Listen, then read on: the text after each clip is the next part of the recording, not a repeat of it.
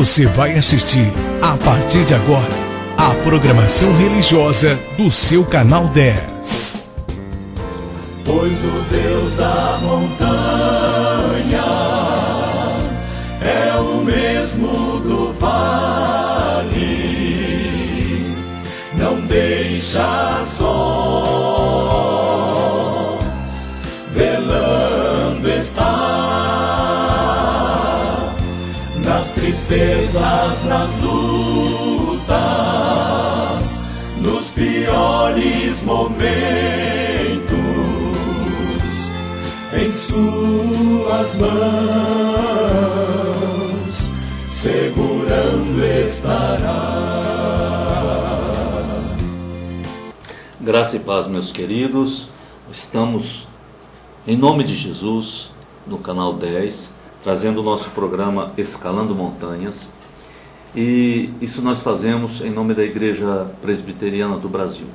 Nossa igreja, aqui em Fernandópolis, está completando esse ano 50 anos de organização. 50 anos de organização eclesiástica, porque na verdade ela está aqui há bem mais tempo. E esse mês de agosto nós vamos fazer cultos de aniversário. E aqui na minha mão tenho o marcador de Bíblia. Foi feito pelo Tavares, isso aqui, muito legal, que é o nosso convite. Do outro lado, os cultos e tal. Você não vai conseguir ler, talvez, mas ficou muito legal. E como nós estamos fazendo jubileu de ouro, então papel é cor de ouro. Gostei muito disso. Agradeci muito o Tavares por ter feito. E nós vamos, nos próximos dias, se Deus permitir, meditar sobre as últimas coisas. Porque parece que estamos chegando nos finalmente. Pode ser que sim. Às vezes a pessoa diz, o mundo está para terminar. Tem gente que diz, não aguenta mais, não vai ter como produzir alimento. Conversa fiada. Tem muito lugar para plantar. Muito, exageradamente muito. As causas do fim não são essas, alimento, água, nada disso. As causas do fim são outras. É a imoralidade em todos os aspectos. E a ciência se multiplicando em todos os aspectos.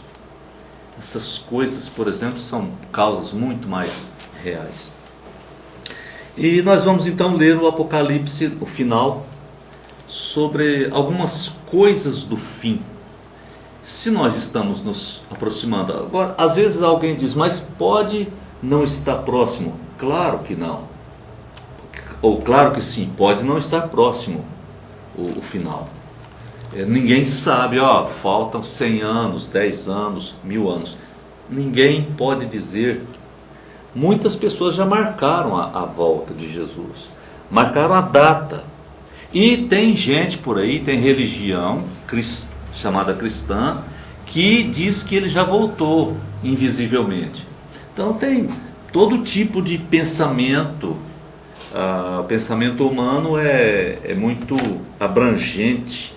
Deus fez o homem à sua imagem e semelhança, isto é, com capacidades incríveis. Não com tanta capacidade quanto Deus, mas o homem a capacidade do homem é impressionante. E se nós trabalharmos juntos, nós faremos quase qualquer coisa.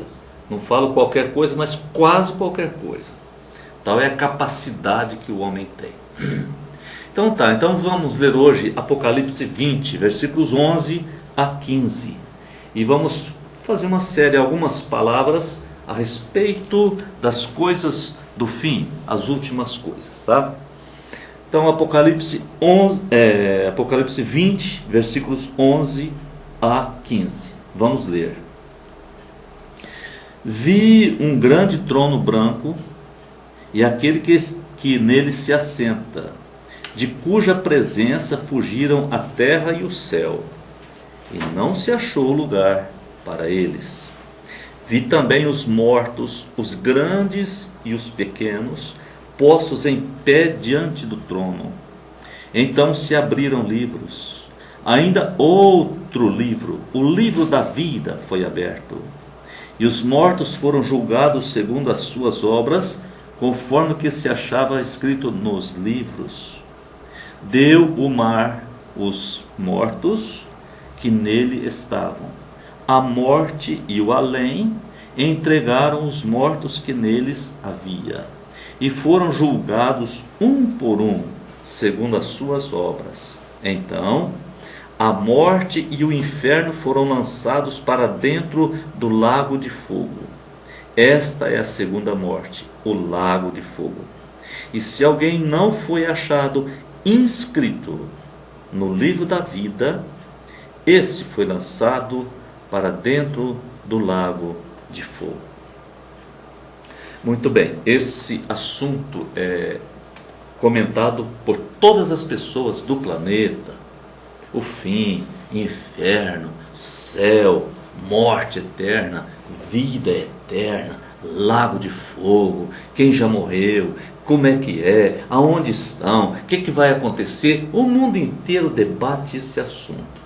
Eu vou ficar com a Bíblia porque a revelação de Deus é a única maneira que nós temos para compreender algumas coisas. Não compreender tudo, mas algumas coisas. E nesse texto então diz, o apóstolo está escrevendo, ele diz: eu vi um grande trono branco. Esse trono branco é citado em outro lugar também. E ele viu também aquele que se assenta no trono branco. Diz a presença, diante da presença dele, fugiram a terra e o céu. Fugiram a terra e o céu.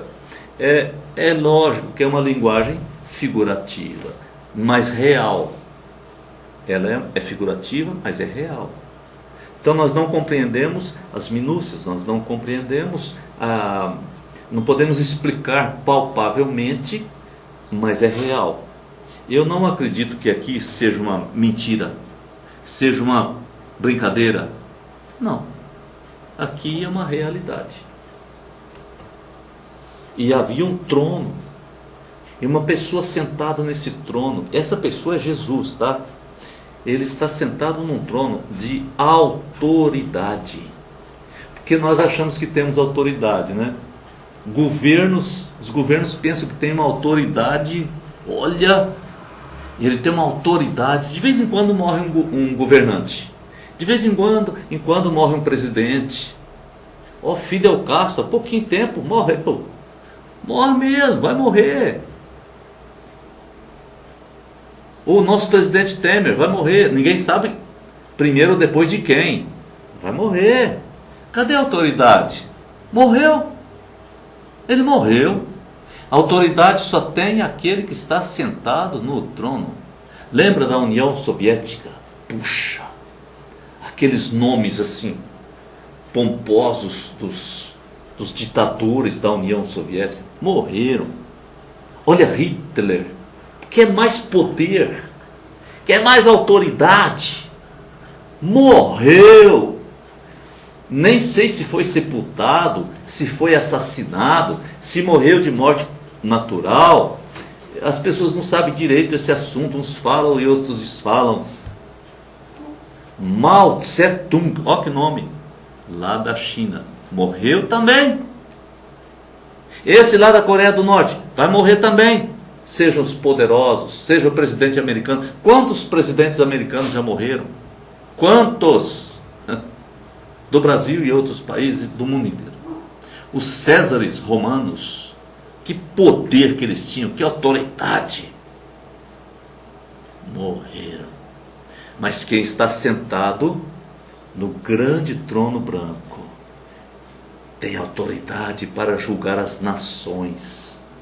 E naquele dia não haverá alguém dizendo: mas ele tem esse problema, tem esse pontinho aqui, um advogado para defender o criminoso. Não tem mais.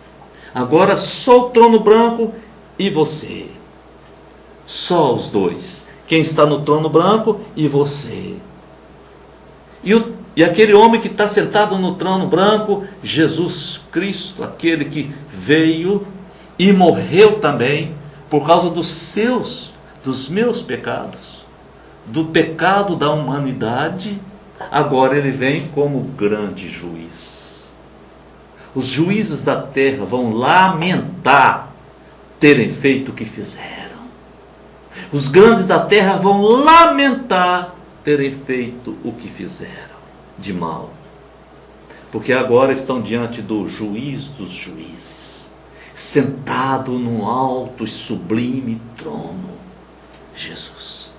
Ele conquistou esse lugar. Muito bem, isso está no versículo 11, né?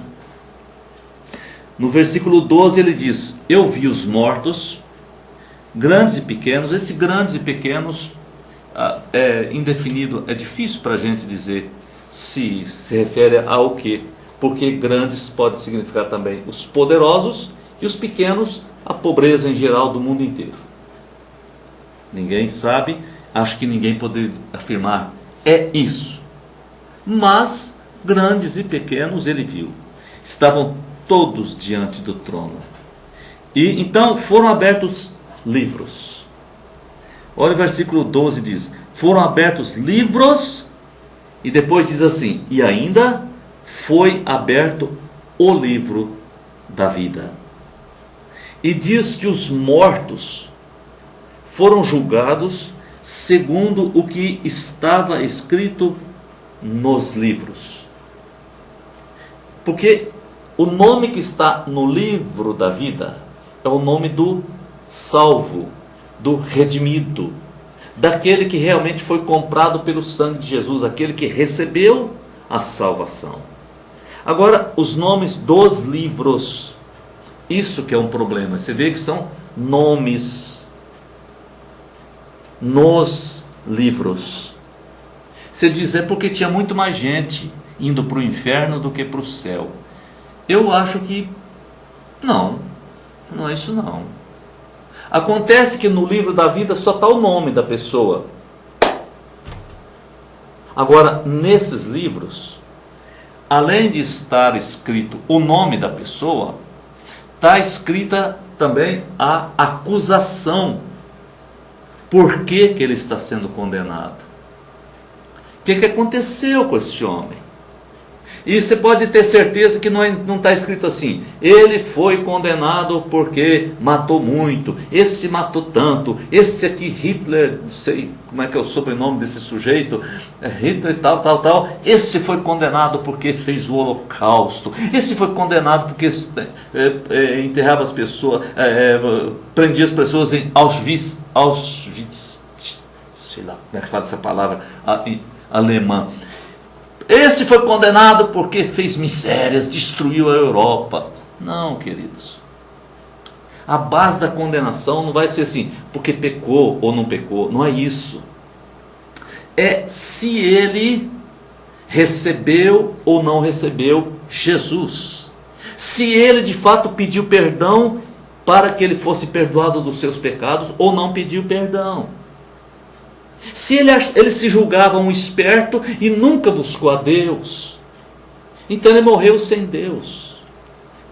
Ele não se interessou pela causa, ou pelo caso, né? Ele não achou que não tinha importância. Então, não vai, vamos dizer assim, tem coisa demais escrita no livro. Não precisa. Mas eu também não sei o que está escrito. Eu só sei que está escrito por que ele está sendo condenado. A escolha foi dele. Ele resolveu morrer sem Jesus. Se ele resolveu morrer sem Jesus, ele será julgado sem Jesus. Então o julgamento é esse, que Jesus veio ao mundo para salvar os pecadores. E Paulo dizia, dos quais eu sou o principal. Eu não estou dizendo que os outros são pecadores e miseráveis. Não estou julgando ninguém. Porque Jesus veio salvar os pecadores. Eu recebi a salvação. Eu quero, meu Deus, eu busco o Senhor. Eu queria que você também pensasse nisso. O trono branco será colocado, meu amigo. O trono branco será colocado. E nós precisamos estar preparados. Não é para aquele dia simplesmente. Preparados para morrer. Preparados para morrer. Ore comigo. Meu Deus, Pai Todo-Poderoso, Venha ser presente nas nossas vidas. Venha, Senhor, ser presente nas nossas vidas, nos enchendo da esperança da glória, nos fortificando, nos ajudando a abrir o coração para que o Espírito Santo nos encha, nos revele Jesus, nos revele a salvação, e não venhamos a entrar na morte despreparados. Não venhamos a entrar na morte, enfrentar a morte, sem saber o que vai acontecer. Pelo contrário, nós possamos enfrentar a morte levados, segurados pela mão de Jesus Cristo. E é em nome de Jesus que eu oro. Amém e amém. Você assistiu aqui no seu canal 10, nossa programação religiosa. Amanhã estaremos de volta no mesmo horário. Muito obrigado pela sua audiência. Pois o Deus da montanha é o mesmo do vale, não deixa só, velando está, nas tristezas, nas lutas, nos piores momentos, em suas mãos segurando estará. Meu amigo que se acha no